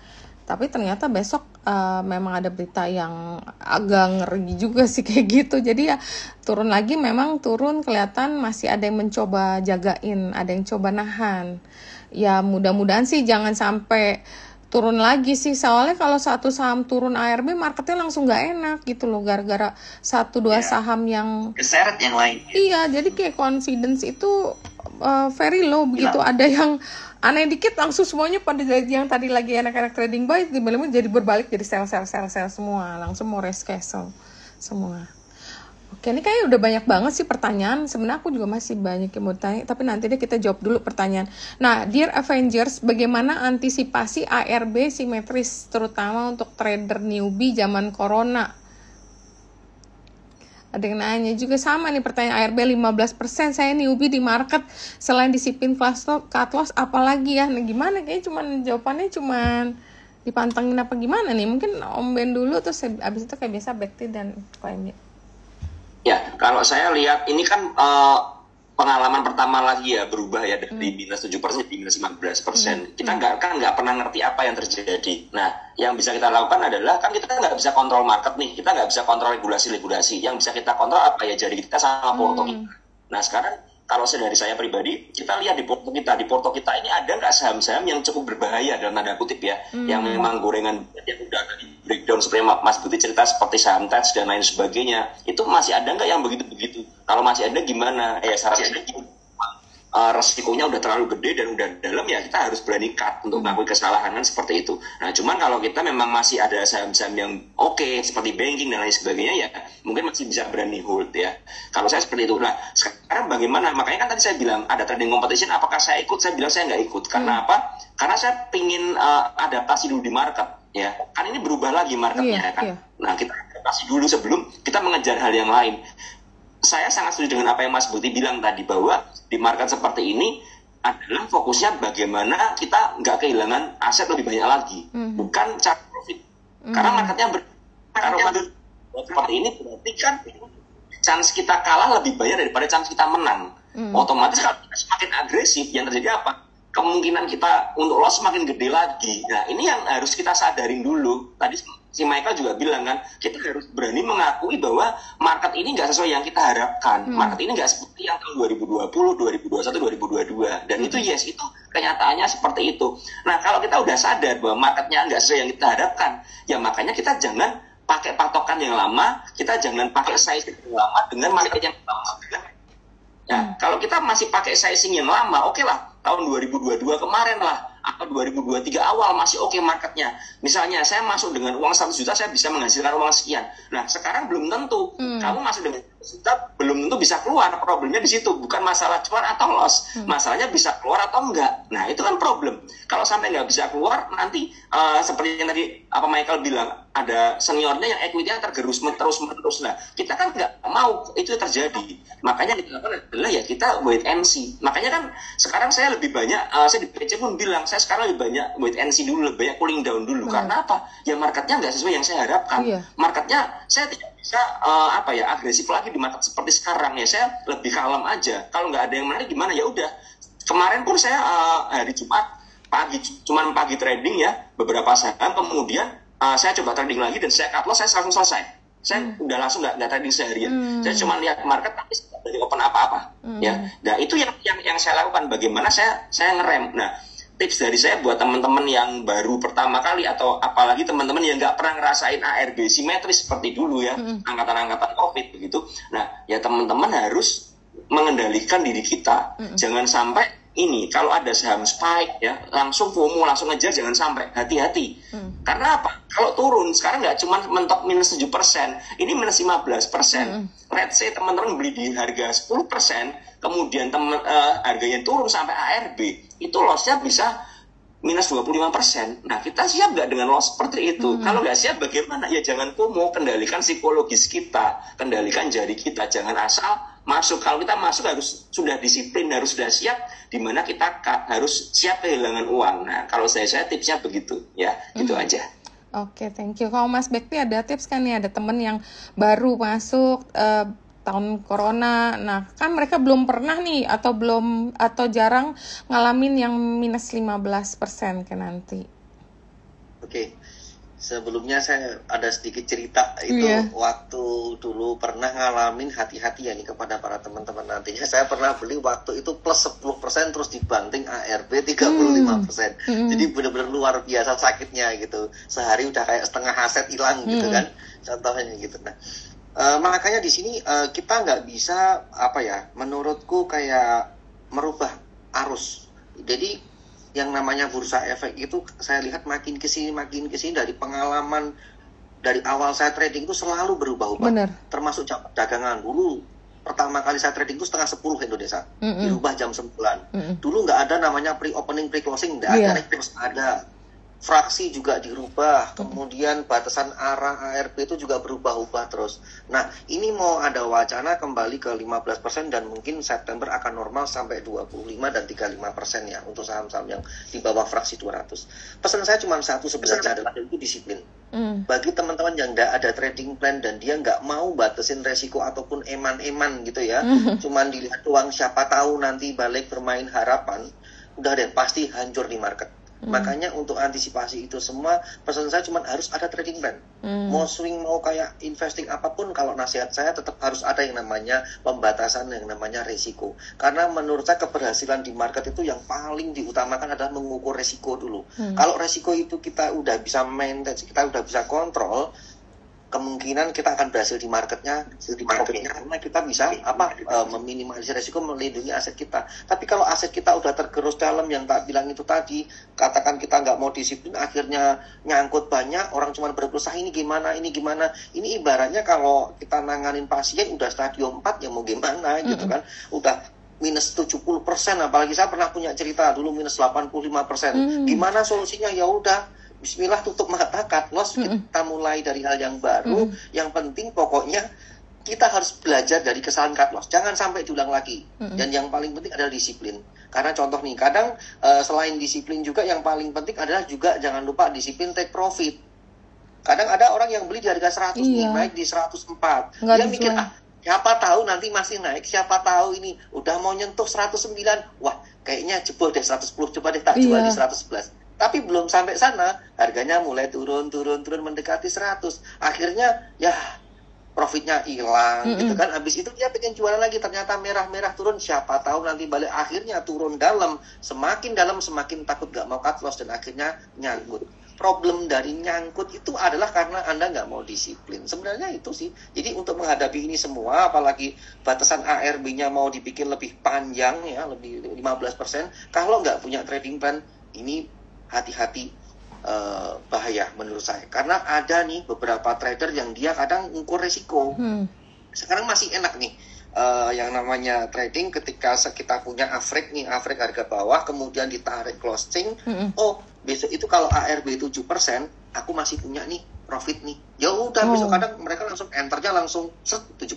Teman-teman pasti jumpai, tapi saham yang volatil, yang saham-saham yang kecil itu tiba-tiba langsung rontok. Tapi ini saham-saham ini tidak berlaku kepada saham-saham yang blue chip kayak BRI tiba-tiba rontok 7%. Itu kalau nggak ada yang sesuatu hal yang luar biasa yang nggak terjadi. Jadi bagi teman-teman harus porsikan dulu, termasuk tadi kayak metode chart, mungkin laporan keuangan dan lain sebagainya. Itu kalau untuk saham-saham yang BRI memang kita perlu Pak, seperti itu. Tapi kalau yang volatil gorengan menurut enggak gitu. Sama Itu aja sih. mungkin aku tambahin buat teman-teman, ini kan lebih ke trading ya. Kalau yang trading, kalau yang investing, kalau misalnya blue chip ya, kalau mau average down, kalau kalian yakin sama fundamentalnya, misalnya kayak BRI kemarin turun, mau di average down, technical mau bantu beli di support, ya itu masih bisa ya. Tapi untuk barang-barang kecil itu sangat beresiko, karena biasanya kalau barang-barang kecil itu ada kepentingan dari orang yang untuk take profit atau ngambil keuntungan, selesai profitnya didapat ditinggalkan. Nah itu sangat berbeda. Jadi ya Karena tambah dikit lagi Ci, karena kadang gini loh, kadang maaf nih para pemula biasanya kalau masuk di saham pertama itu biasanya diajarin dulu tentang investing atau swing. Masuknya pun yang buci-buci ya. Makin lama dia berpikir kok lama. cuannya kecil. Ya, kok cuannya lama, dia akhirnya mulai melirik gorengan. Tapi di sini ketika dia melirik gorengan, dia nggak mau disiplin. Nah ini dia masalahnya, problemnya kan di sini. Makanya harus yang namanya kalau memang udah menyentuh saham gorengan, Anda harus siap dengan berbagai kemungkinan resikonya, benar gitu. Dana yang terukur, size yang terukur, hati-hati dengan penggunaan limit margin, gitu kan. Itu juga gitu. Nah kalau MY gimana nih nanti kalau ARB 15% nih, what should we do? Kalau untuk seperti yang tadi cerita bilang, jadi kalau kita di blue chip, apalagi yang memang sektornya masih oke, minus ARB normal itu, I think malahan jadi berkah ya, karena kita bisa mengatur sizing dan kalau kita dapat harga murah itu susah banget, karena gini Ci, menurutku ya, kalau ada satu saham yang dibanting udah lebih dari 10%, pasti ada trigger stop loss yang bakal kena gitu. Jadi banyak kan trader-trader yang kayak dia pasang trigger stop loss kalau seandainya minus lebih dari 10% atau lebih dari 7%. Jadi begitu ada yang minus 7%, biasanya ada banyak trigger stop loss yang lain ataupun margin call atau apapun yang ngebuat harga ini turun sampai harga 15%. Nah, secara logika ya, saham blue chip yang minus 15% itu most likely in my view bakal ada spekulan yang ikut beli di ARB. Nah, that's why untuk hal-hal seperti ini kalau kalian punya di saham blue chip, kalian mesti spare sizing kalian. Kalau seandainya masuknya biasanya begini, contohnya biasa masuknya 20%, 30%, 40%, sediakan sedikit uang untuk spare di bawah, jaga-jaga gitu. Nah itu menurut saya sebuah berkah ya, karena kalau seandainya ARB begitu minus 15%, naik ke BEP aja kita udah dapat 15%. Kalau ARA kita bisa dapat even sampai 50%. Tapi kan most likely nggak mungkin kalau di saham blue chip. Nah tapi let's say kayak kalau second liner, saham-saham yang bagus, contohnya kayak beberapa saham, contoh kita kayak saham-saham otomotif, saham-saham yang bergerak di bidang otomotif lah, kan banyak yang second liner. Nah kayak begitu kalau saat dia udah minus 10%, 12%, 13%, asing itu jadi kayak berkah, jadi sebuah peluang yang bagus untuk kita beli. Tapi kalau seandainya yang jadi masalah tuh saham-saham yang likuiditasnya kecil sih, begitu dibanting 15%, kita nggak bisa keluar, ya ujung-ujung minus 15% lagi, ya even kita bisa loss 50% dalam waktu 2 hari doang kan. Apalagi itu memang istilahnya missionnya udah selesai, jadi dia banting 15% karena didistribusi, karena dia pengen cuci barang gitu. Iya, nah itu yang ngeri sih memang. Jadi ya teman-teman, kadang-kadang kalau kayak gini satu mesti lihat juga sahamnya jenis apa. Pokoknya kalau yang udah yang high beta, yang mungkin third liner, second liner yang ada unsur sedikit high risk, ya kelihatan lah saham itu kan biasa ada sifatnya ya. Kalau sifat saham itu juga kayak orang, berasa nggak sih kayak yang ini lebih kalem, yang ini liar, yang ini ya kan, kayak misalnya saham properti aja mungkin BSDA biasanya yang paling santai, naiknya belakangan. Ada yang naiknya duluan tuh CTRA, abis itu Sumarekon. Ada yang liar, Asri bisa tiba-tiba ARA, terus ntar tiba-tiba turun. Nah itu mungkin disesuaikan lagi nanti kan sama jenis sahamnya. Nah terus ada yang nanya mana lagi nih, 3 komponen penting, ini tadi udah. Pertanyaan guys, mau nanya dong, jam market itu udah seperti biasa ARB simetris, kode broker kira-kira bakal dibuka nggak? Kode broker kagak bakal dibuka lagi, udah ya udah kita trading dalam kegelapan. Oh ya, ini ada pertanyaan untuk Mas Bekti. Mas Bekti, untuk porsi TP-nya berapa persen ya antara yang digulung trading lagi dan yang di withdraw ke rekening pribadi, Mas? Jadi gini, kalau nasihat saya nih dari saya pribadi nih, pokoknya pertama itu kalau kalian trading tuh pakai duit yang dingin. Jangan pernah coba-coba pakai duit utang, pinjaman atau pajangan. Pinjol. Nah, yang penting pokoknya trading dulu, pelan-pelan berproses. Yang namanya orang itu masuk market bener, pengen cuan itu bener. Tapi analoginya aja deh, kalau kita itu mau masuk market, yang paling penting itu jadilah mental pembelajar dulu. Ingat, mental pembelajar. Jadi kalau nanti Anda cuan, itu bonus. Tapi kalau rugi, bisa pastikan Anda selama proses belajar trading pasti ngalami yang namanya rugi, nyangkut atau apa itu pasti ada. Disitulah gunanya pentingnya kita masuk pertama dengan size yang kecil, uang yang terukur. Kalau kita emang udah agak mengenal karakteristik di saham, polanya, mungkin Anda sudah menerapkan teori Anda coba untuk trading, baru Anda tingkatkan size-nya. Kalau Anda itu nanti udah cuan, jangan lupa di withdraw dulu deh, modal Anda amanin, nanti tradingnya tuh pakai uang cuan aja, jadi Anda posisinya itu akan lebih tenang dan lebih nyaman gitu. Nah, kalau untuk masalah take profit sama batasan stop loss-nya, itu sebenarnya saya bilang ini relatif ya. Kita melihat, kalau saya pribadi sih pokoknya maksimal nggak boleh lebih dari 3%. Mungkin turun 1%, 2%, kadang masih aku lihat, amatin juga ya, siapa tahu ada masih ada baliknya. Tapi kalau udah lebih dari 3%, aku nggak mau toleransi, aku harus cut gitu. Bukan berarti juga ini kita harus menyesuaikan juga dengan kondisi, begitu juga dengan take profitnya. Nah, kalau take profit sendiri aku agak lebih panjang. Jadi jangan sampai juga kita terlalu ketat terus ternyata masih uptrend dan naik kan eman-eman juga kan. Jadi kalau memang kita itu mau lihat market, kalau aku posisi udah plus naik 2%, 3%, aku amati nih, kalau kira-kira masih ada naik, aku tunggu dulu biar agak lebih naik dulu. Tapi kalau nggak sesuai ekspektasi, langsung aku take profit gitu. Oke, nih mungkin aku suka nyambung pertanyaan tadi ya Mas. Misalnya abis kita nggak sesuai ekspektasi kelihatannya, terus kan kita buang dong, kita jual, ternyata dia naik lagi. Kalau gitu diuber lagi nggak Mas? Apa cari counter lain? Ya enggak masalah, Ci. Jadi gini, banyak orang juga yang tanya ke saya, Mas Bekti, saya itu trading, tiba-tiba turun, dan ternyata udah lebih dari 3%, saya cut loss. Salah saya di mana? Ya, kamu nggak salah, berarti kamu udah menerapkan sebuah resiko, membatasi sebuah resiko. Sekarang gini, ibaratnya kita mau naik mobil nih, tiba-tiba mulai kenceng, tiba-tiba kita rem, dan kita selamat. Mas, kalau kayak gitu direm-rem terus, nanti kampasnya habis dong. Oh, kamu ini mau bikin keselamatanmu atau kampas remmu gitu kan. Ya memang, ya kita namanya trading, kita udah disiplin. Karena apa? Kalau kita nggak mau disiplin, misalnya nih kita nggak mau disiplin, dan ternyata mungkin 1 hari 2 hari balik lagi. Nah, bener kan balik? Iya, mungkin di saham itu dan saat itu. Tapi kalau Anda mau trading jangka yang panjang, pasti suatu saat Anda akan kena, karena Anda nggak disiplin, turun, dan turun dalam banget, dan benar-benar itu udah ngabisin aset Anda. Itu bisa bakal terjadi. Makanya pentingnya disiplin di situ. Gitu, Ci. Nggak, terus kalau misalnya udah di-cut ternyata naik lagi, diuber lagi nggak? Di buyback apa cari counter? Kalau aku pribadi kadang lihat kondisinya juga. Jadi ini lebih ke melihat kondisi market. Kalau memang masih ramai, volatil dan memungkinkan, ya bisa kadang aku kejar lagi. Tapi kalau ternyata mungkin turun dan merah dan udah gerakannya nggak volatil banget atau mendekati RP, aku udah nggak mau nyentuh lagi, udah deh. Gitu. Oke. Nah, mungkin ini ada swing udah nggak menarik kah kalau ini ada pertanyaan nih ya dari teman-teman yang di IG. Katanya swing udah nggak menarik kah? Kayaknya tergantung pribadi masing-masing nggak sih? Ya kan? Kalau memang kita cocok di swing. Dari all time high, iya, ASI kalau dibolak-balik udah hampir 20%. Iya, jadi BCA juga hampir all time high. Iya. Lalu kayak kalau kita bisa bolak-balik di kayak contoh kayak gimana ya, kayak Jasa Marga segala macam. Kayak sebenarnya kalau kita bicara swing itu kan swing itu bukan artinya kayak beli habis itu dapat 50%, 40% jual, belum tentu loh. Kayak swing itu bisa juga kayak kita beli di demand, jual di resist, beli di support, jual di resist, itu juga bisa swing loh gitu. Kan kita ngikutin every swing kan gitu.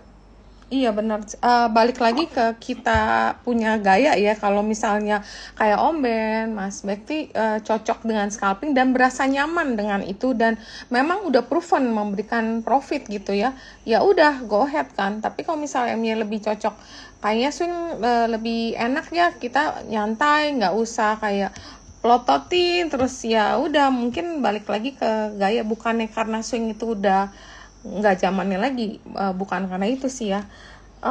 Terus mungkin ini yang paling banyak ditanya nih dari tadi nih, tips dan triks nih. Nah mungkin dari Om Ben dulu, tips dan trik nih untuk market yang gak menentu kayak gini tuh kayak gimana sih? Mungkin harus ngapain dulu gitu. Kalau saya sih gini, tips dan triknya, kita kan masing-masing punya punya kemampuan trading yang berbeda, punya penentuan resiko yang berbeda. Itu harus sadarin dulu ya. Kita tuh seorang trader ya, trader pendek ya, seperti Mas Bekti yang main pendek-pendek, atau bisa main medium term, atau kita harus long term ya, atau investor kan seperti itu. Nah kita harus sadar kita yang di posisi mana dulu. Kebanyakan teman-teman kan tanya tips dan trik, tapi teman-teman nggak pernah sadar teman-teman tuh cocok yang mana. Teman-teman masih mencari kan seperti itu ya. Mencari itu kan kita harus melihat begini. Kalau misalnya kita mau main seperti Mas Bekti, berarti teman-teman nggak boleh sibuk bekerja ya kan, begitu kan. Harus punya waktu untuk terus memantau layar ya. Kalau teman-teman sibuk bekerja, bagaimana sehari-hari meeting di luar dan sebagainya, jangan main pendek, jangan main saham gorengan ya kan. Carilah saham-saham yang yang lebih aman, lebih liquid, seperti mungkin big caps dan lain sebagainya, sehingga bisa ditinggal-tinggal kan. Resikonya kan nggak segede yang gorengan kan, seperti itu. Nah cuma ya sekarang yang terjadi adalah teman-teman itu sudah sibuk tapi pinginnya profit terus. Itu yang susah. Makanya tadi saya lihat beberapa chatting juga selalu menanyakan indikator mana yang menghasilkan cuan paling banyak dan lain sebagainya. Sebenarnya bukan itu poinnya. Poinnya adalah kita itu cocok pakai yang mana.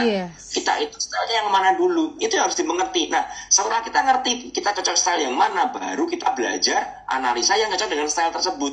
Misalnya, kalau memang mainnya pendek seperti Mas mainnya mempelajari chart dalam jangka panjang, kan nggak mungkin. Yang dipelajari paling adalah broker summary, lihat bid offer. Nah, kalau mau seperti KMY seperti itu yang dia main saham-saham yang mungkin big caps dan lain sebagainya, yang swing, yang ambil di support, jual di resist, berarti kan teman-teman harus mempelajari TA.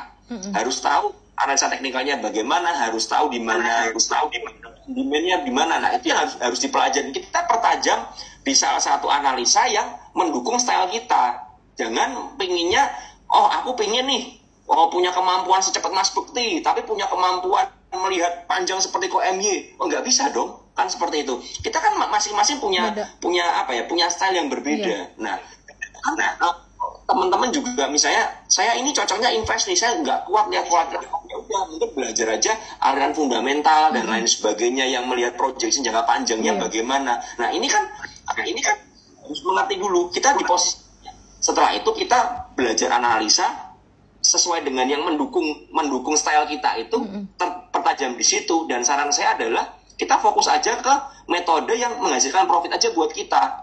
Kan sebenarnya teman-teman begini, pengennya belajar banyak metode tapi akhirnya bias. Nah, menurut saya lebih baik teman-teman punya satu metode tapi proven banget. Saya dengan metode seperti ini, dengan metode seperti simpel banget dan nggak keren, tapi metode saya ini udah proven. Ya kan, saya pakai ini aja, saya udah bisa profit konsisten. Ya udah, kalau memang pakai itu aja udah profit konsisten, ya udah pertajam di situ aja sampai metode kalian terasa usang, baru kalian belajar metode yang lain. Jadi jangan banyak pengen belajar sana sini, tapi cari yang pas buat kita. Nah itu saran dari saya sih untuk teman-teman seperti itu. Oke, thank you. Kalau Mas Bekti gimana Mas tipsnya untuk teman-teman? Kalau pesan dari saya sih yang paling penting untuk menghadapi market yang kayak gini itu di saat kondisi seperti ini, size-nya harus kecil sih. Gunakan size kecil dulu. Jadi jangan berharap langsung yang cuan gede kayak sebelumnya. Ingat yang namanya market itu selalu berputar, bahwa kadang ada saatnya rame, ada saatnya enggak.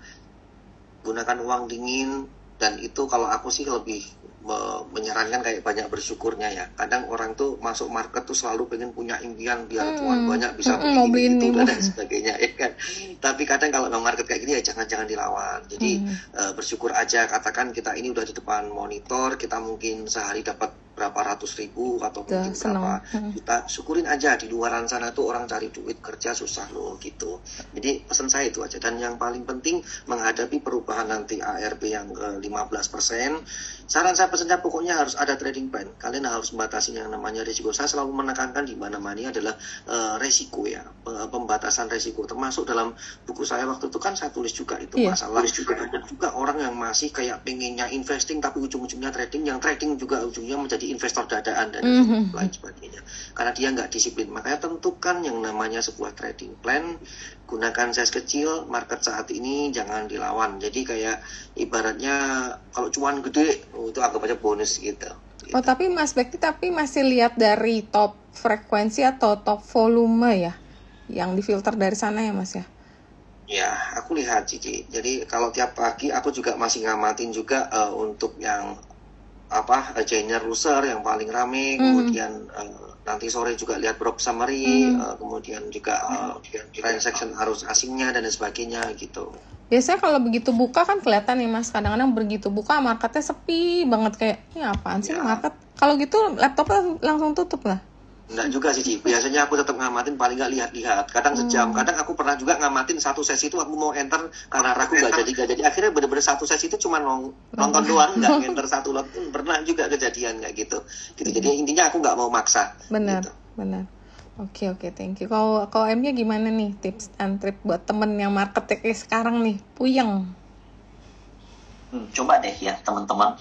Let's say teman-teman punya 10 juta atau 100 juta. Coba bayangkan. Kalau seandainya teman-teman masuk satu emiten full all in, kemudian kayak minus 3% udah takut, atau begitu cuan 3% udah ada keinginan condong untuk CTP, berarti sebenarnya teman-teman itu cocoknya jadi scalper.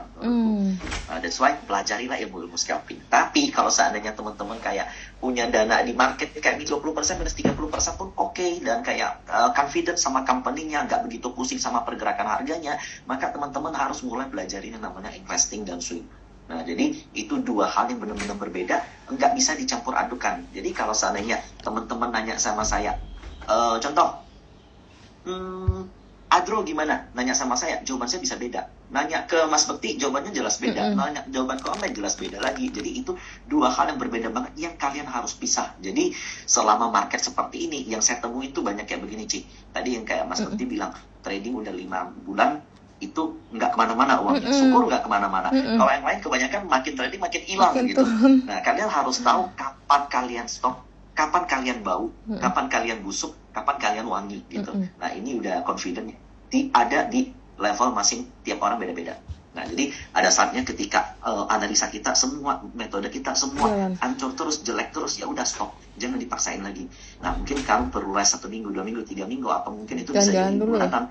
Nah, kalian harus tahu stop kapan kalian gas. Bahkan even kalau seandainya ketika kalian benar-benar wangi, kalian mau pakai margin pun go ahead. Menurutku uang kita bisa berlipat tinggi-tinggi banget, yaitu dengan salah satunya dengan bantuan margin. Tapi dengan catatan satu, disiplin dan confident kita, dan hit rate kita tengah dalam perform yang baik. Nah, begitu jelek langsung dipotong. Bahkan even jangankan margin, pakai dana lebih dari 50% aja nggak disaranin. Nah, gitu. Kebanyakan kan kebalikan, lagi jelek ditimpuk margin dengan harapan cepat kembali. Nah, itu kebalikan banget gitu sih. Iya, kalau udah lagi jelek kadang-kadang penasaran pengen ngebalikin loss yang tadi, jadi panas, nimpuk lagi saham yang lain, kena lagi. Udah kena berkali-kali, biasanya udah kena mental. Akhirannya istirahat, pas istirahat marketnya malah bagus. Mungkin kalau tips, aku juga sedikit tips ke teman-teman, kalau marketnya lagi nggak menentu kayak gini, kalau rasanya udah nggak enak jangan dipaksain, udah istirahat aja. Emang mesti liburan, mesti pergi jalan-jalan, udah jalan-jalan dulu, refreshing dulu, nyantai dulu, ntar balik otaknya udah lebih fresh, kita baru mulai trading lagi. Mungkin kira-kira kayak gitu. Ini ada yang nanya nih, Mr. Blue Chip nih, aduh Mr. Blue Chip udah lama nggak kelihatan di sini. Saya halo guys, Om Ben, Om Bekti, Om Yeo. Saya Mr. Blue Chip 90% isi blue chip nyangkut Om, udah 4-5 tahun dapat dividen tiap tahun, nggak nutup floating loss. Mau average down, pelor terbatas. Ada saran, lagi pikir-pikir mau jadi tukang copet IHSG, cuma nunggu wangsit. Jadi ini ceritanya Mr. Blue Chip dulunya investor saham, tapi 90% portonya nyangkut semua, walaupun dapat dividen masih tekor. Jadi sekarang dia mau jadi scalper nih. Nah, ada saran nggak? Ayo mungkin Om Ben, habis itu Bekti. Itu kayaknya yang dulu sering aktif di saham lucu-lucu kayaknya, Ci. Oh, dia aktif di mana-mana. Dia di sini juga suka ngelawak, jual gurame dia. Ntar ya restoran Gurame-nya mau di IPO-in, kodenya GRME Gurame. Ini banyak namanya Mr. Bucip karena cocok kan nih nanti ya restorannya di Serpong katanya. Nanti bisa kalau datang dikasih free Gurame terbang ya. Iya, pokoknya terbang. Iya, sarannya gimana nih? Cocok kan nanti dia mau berubah jadi tukang copet nih? Istilahnya Om Ben berarti. Iya. Kalau aku sih misalnya udah terbiasa dengan big caps begitu, untuk belajar scalping di market scalping di masa sangat tidak gampang loh. Bahkan Mas Bekti aja yang udah bisa make money dari scalping aja merasakan kan dengan nggak adanya likuiditas seperti ini lebih susah. Jadi saran saya ya sebenarnya ya untuk switching style di market sekarang ini lebih susah daripada di market yang kemarin. Itu yang harus disadari. Benar. Nah, tapi kalau memang nggak apa-apa, saya udah siap dengan resikonya, ya silakan. Tapi pakailah dana yang sangat terukur sekali, yang sangat kecil sekali aja. Paling enggak kita bisa ngerasain, ternyata scalping seperti ini sih, ternyata begini. Nah, masalahnya kalau ada saham-saham blue chip yang akhirnya sampai nyangkut, itu kan problemnya begini, pertanyaannya, kita belinya di harga berapa? Nah kan, terus plan awalnya bagaimana? Apakah memang tipikal yang beli, hold, simpen? Nah kalau beli, hold, simpen juga yang merem aja pokoknya percaya. Nah ya belinya ya mungkin jangan di saham-saham blue chip yang komoditas, ya kan begitu kan, ada cycle-nya kan. Ada. Mungkin lebih arah belinya ya di banking, ya kan, yang saham-saham sangat uptrend, contoh BBCA itu kan selalu naik ya, selalu hampir all time high terus kan, secara waktu kan memang begitu ya, secara chart weekly-nya. Nah ini yang harus dimengerti. Lalu kalau kembali lagi memanglah kita bisa mendapatkan dividen tapi nggak nutup. Ya mungkin ya itu pertanyaannya kan, blue chipnya itu beli di mana? Kalau saya rasa kalau di saham banking nggak mungkin nyangkut karena banking sekarang all time high semua kan. Kalau mungkin belinya kayak Unilever ya kan, atau Gudang Garam atau SP ya, atau Goto ya, ya susah. Nah ya makanya saya bilang kalau kayak Goto ini kan saham teknologi ya, saham sektor baru dan belum proven kan, kita nggak pernah ngerti arahnya kemana. Berbeda dengan saham-saham yang memang udah jadi motornya IHSG ya, saham-saham konvensional yang udah punya power seperti banking ya. Jadi yang mesti kita mengerti. Nah sekarang kalau udah loss begini gimana ya? Saran saya begini, kalau memang kembali ke masing-masing ya, paling nggak enak tuh ngasih saran ke teman-teman yang udah nyangkut. Iya bingung. Kita bilang cut loss, habis kita suruh cut loss terbang, rebound ya kan? Nah rebound kan, akhirnya bilang lo gimana sih?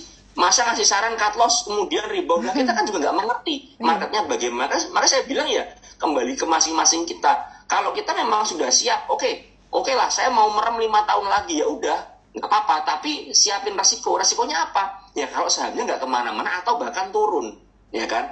Kalau big caps kan nggak mungkin di listing ya paling ya. Kalau big caps ya, kecuali saham-saham yang gorengan. Nah, ya udah kita pahami resikonya dulu. Mau hold nggak? Kalau mau terus hold ya nggak apa-apa, silakan aja. Nah saran saya juga kalau memang sebagai teman-teman yang main panjang ya paling nggak kita ngerti tren dari sebuah saham. Ketika sahamnya patah tren ya kita mungkin bisa keluar dulu. Tujuan kita bisa beli buyback di harga yang lebih rendah sehingga profil resiko kita kecil dan kita nggak akan nyangkut lah, nggak akan rusak psikologisnya. Kalau dari saya seperti itu. Kalau saran dari saya untuk Mr. Buci, pertahankan. Pertahankan nyangkutnya ya, Ci. Nyangkutnya. Terus kalau dari Mas Bekti gimana nih untuk udah banyak dikupas sama Om Ben ya, Ci ya. Udah cuman aku tadi menegaskan aja bahwa aku tadi bilang di awal bahwa pentingnya yang namanya sebuah trading plan, termasuk yang namanya swing atau invest, itu kadang harus juga ada batasannya. Jadi aku sendiri dulu pernah punya cerita ya, itu waktu aku merit 2017 itu bapak saya pernah tak beliin HMSP harga 5.400-an. Wow. Tapi waktu itu karena tidak sesuai ekspektasi, harga 5.000-an kurang lebih aku cut. Kenapa? Karena udah nggak beres. Aku walaupun niatnya untuk invest, tapi kalau ternyata tidak sesuai ekspektasi dan waktu itu mungkin lossnya paling cuma 10%-an kalau nggak salah. Pokoknya aku kalau udah invest kalau di atas 10% aku mendingan cut dulu deh. Nggak apa-apa, nanti bisa cari di lain waktu daripada nanti turun. Dan beneran, kalau aku masih seandainya masih invest dari 2017 di HMSP sampai sekarang HMS-nya tinggal 1000-an kalau nggak 900 salah sekarang, atau mah di bawahnya ya, Iya. 900-an apa gitu ya. Ini malah justru kita udah sekitar 6 tahun nggak tumbuh ya kan, dividennya juga pasti nggak akan nutup untuk floating loss-nya gitu. Ini makanya saya menegaskan dulu, saya waktu belajar di awal tuh yang saham-saham bagaimana hebatnya saham-saham Bakri 2008, dia turun ya kan, keluar dari LQ45. Yang tak bilang tadi Trump dulu LQ45 bisa aja keluar. Jadi intinya bahwa di sini tuh kita mau invest pun juga harus dengan ilmu skill. Makanya maaf banget nih, kalau memang kita itu masuk di saham tapi kita maunya bersih, menurutku nggak bisa. Kita tetap harus belajar. Walaupun mau swing invest harus belajar. Kalau emang kita mau lebih santai, ya itu mungkin reksadana atau apa itu kita lebih oke lah biar dikelola manajer investasi gitu. Tapi kalau memang kita sendiri yang mau mengontrol, intinya kita beli saham, resiko kita tanggung sendiri. Begitu nyangkut dalam, kita baru cerita ke orang, kita sendiri juga bingung mau ngasih caranya. Berita Komben tadi ya kan, ya kalau tak suruh cut loss tiba-tiba besok naik ya beban ya kan. Kalau nggak disuruh cut loss ternyata tambah turun, tahu gitu kemarin gini dan sebagainya lah gitu, tahu gitu nah makanya itu ininya pentingnya bahwa yang namanya sebuah kita itu masuk di market, mau style apapun itu kita harus yang namanya punya trading plan. Itu aja sih Cik. Oke. MY ada tambahan lagi nih, kayaknya banyak yang kan, kalau MY kan agak beda, memang swing ya agak cocok nih sama Mr. Blue Chip nih, kelihatannya dia kan long term investor. Dari long term. Menurutku mungkin salah pilih emiten sama salah momentum masuk aja sih, bukan mesti harus pindah ke jadi scalping menurutku. Iya, benar. Karena kalau dari bahasa-bahasanya kayaknya memang Mr. Blue Chip ini memang demennya tuh yang nggak terlalu effort ke market. Nah, that's why kayak analisanya mesti lebih dalam, lalu kayak searchingnya mesti lebih dalam, bukan metodenya yang perlu diubah kalau menurutku ya. Iya sih, setuju sih. Kalau memang udah cocok sama investing, ya udah. Tapi kalau misalnya mau nyoba scalping, ya nggak apa-apa juga, tes dulu aja. Kalau cocok, rasanya lebih cuan, nggak salah. Cuman kalau untuk porto yang udah existing, mungkin bisa dipilah-pilah. Kalau misalnya tadi dia bilang buka modal 1.000, kita juga bingung ngasih rekomen. Soalnya kalau di-cut sekarang, ya sayang. Terus kalau secara fundamental, Bukalapak itu juga punya duit 20T, harganya market cap cuma 20T, itu rada nggak make sense sebenarnya. Tapi kalau mau tunggu momentum aja, karena market itu ada siklusnya, sektor itu ada siklusnya. Kalau lagi komonya kemarin lagi main, teknologi lagi tidur, ya udah jangan ntar di-cut, ternyata tahun depan sektornya teknologi balik semua, ntar nyesel lagi. Jadi serba salah juga kan kalau kayak gitu. Oke, kayaknya waktunya udah dikit lagi. Aku share technical cepet ya, buat technical yang minggu depan. Aku cepet untuk share technicalnya sebentar ya. Aduh, mana sih nih, aku jadi panik. Oke, teman-teman, kita masuk ke technical review untuk minggu depan. Sekali lagi disclaimer, untuk IHSG kalau bullish skenario, koreksi udah nutup gap di 6692.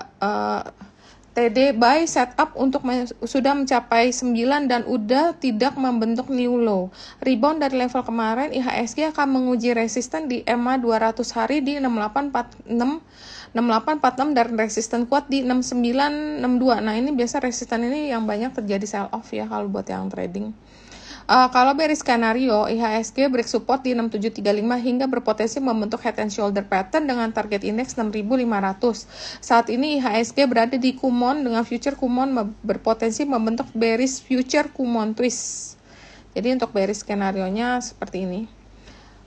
Untuk rotasi sektor yang weekly yang masih bagus nih, kelihatan industri, prop, dan IDX Trans-nya lagi turun. Yang daily-nya tag-nya lagi di atas, non cyclical, IDX sama prop, infra, dan finance. Ini finance-nya mau naik. Ini ntar dilihat sendiri aja. Ini sektornya, saham-sahamnya yang menarik. Java break resistance 1120, potensi cup with handle target 12.4 dan potensi rounding bottom menuju 13.95. Saat ini Java sudah berada di atas Tenkan Sen dan Kijun Sen, namun masih di bawah Kumon. Buy area di rekomendasi untuk Java adalah buy area di 1200 hingga 1140, target 1240 dan target gua 13.95, stop loss 1100. Dan untuk Cepin, koreksi dengan volume kecil setelah breakout menuju support 4840 tetap bertahan di level tersebut, maka rally Cepin akan berlanjut menuju 5400. Rekomendasi untuk Cepin adalah buy area di 5050 hingga 49, target 54 dan target kedua 5850, stop loss 48. Kemudian untuk era break resistance konsolidasi di 505. Saat ini era sudah berada di atas Kumon, potensi rally menuju last high di 560 dengan target flag pattern di 595. Rekomendasi untuk era adalah buy area 525 hingga 505, target 1 560, target 2 595, stop loss 500. Dan untuk BBNI rebound dari support 8750 dan lower Bollinger Band. Jadi kemarin turun-turun dan sentuh Bollinger Band kemudian rebound. Sejak 2023 BNI ini masih berada dalam sideways trend, yaitu 8750 hingga 96. Jadi masih sideways ya. Rebound berkelanjutan menuju resisten FR 50% di 9125 dan last high 96.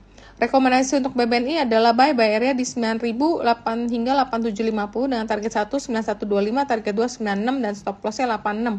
Untuk WIM ini bergerak sideways dan akan tes resisten di 1210 dan 1275. Break 1275 akan membuka peluang untuk WIM rally menuju 1485. Overall WIM masih berada di dalam uptrend. WIM ini rekomendasi buy area 1210 hingga 1130, target 1275 dan target 2 1485, stop loss 1080. Untuk Telkom rebound dari support uptrend line di 3930, rebound lanjutan menuju FR 50% di 4210 dan lasa 45. Indikator MACD berpotensi membentuk golden cross. Rekomendasi untuk Telkom adalah buy area di 41 hingga 3960 dengan target pertama 4210 dan target kedua 45, stop loss 3880. Oke, mungkin itu aja.